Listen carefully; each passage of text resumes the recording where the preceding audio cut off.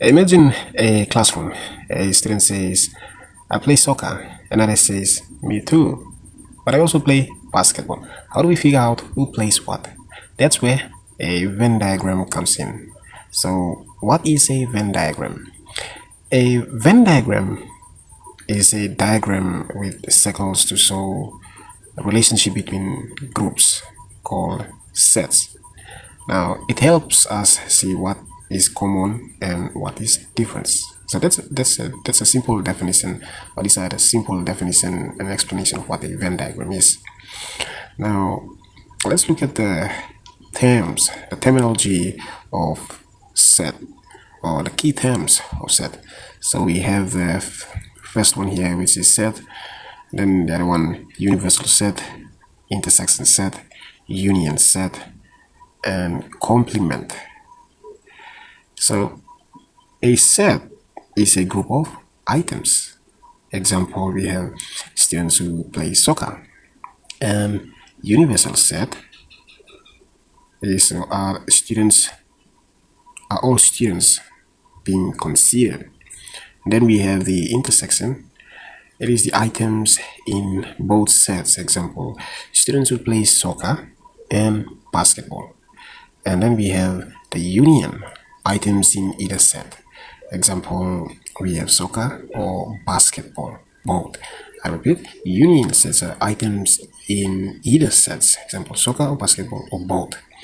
So the last term there is the complement. It is the items the items not in the set. Example, students who play neither sports or sport. Alright, so these are the terminology of a Venn diagram. Okay, now let's look at the different parts of Venn diagram. So first we have the circles, and then the overlaps, and the outside circle or outside circles, but inside the box is equals to items not in a set. Alright, so these are the different parts of a Venn diagram. We have the circle, overlaps, and outside circles, but inside the box.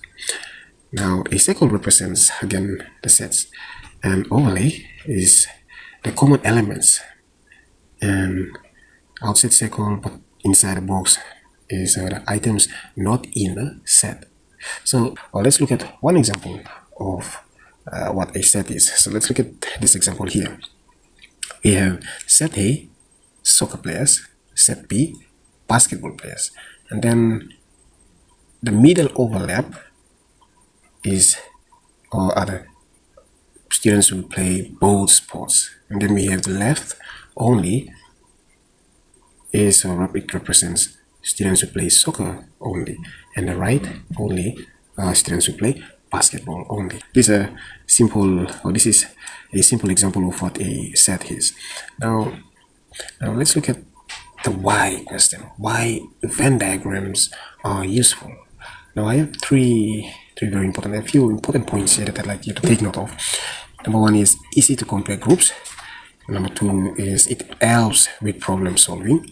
And number three, used in math, statistics, logic, and probably or in everyday life. So there you go.